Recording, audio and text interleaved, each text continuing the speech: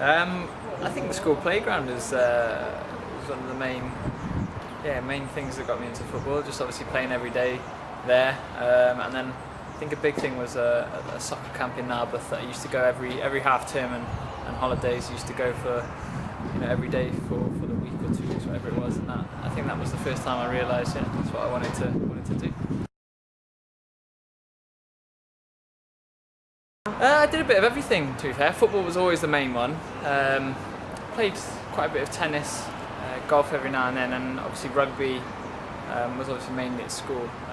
Rugby and football clashed quite a bit, so football always took over from that. But in school did a fair bit, and then I think tennis almost had to sacrifice that when I got a little bit older, because obviously to try and pursue a career in football.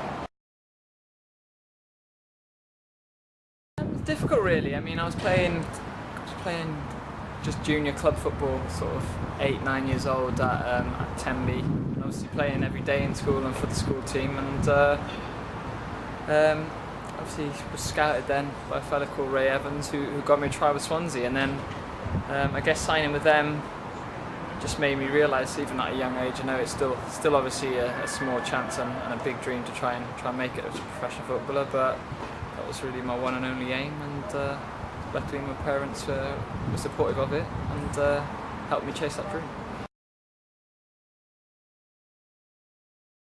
I mean, there's been a few. I mean, I've had obviously my fair share of sort of coaches and people like that along the line. I think first and foremost my parents, definitely the biggest influence. I was living obviously an hour away from Swansea and having to do that 3 times a week as a 9-year-old. They put a lot of time and effort into something that probably a lot of people didn't think would work out. So I'll always be grateful to them. I mean, there's so many coaches to mention. I wouldn't say any of I could single any out. Everyone's had their different sort of influence. No,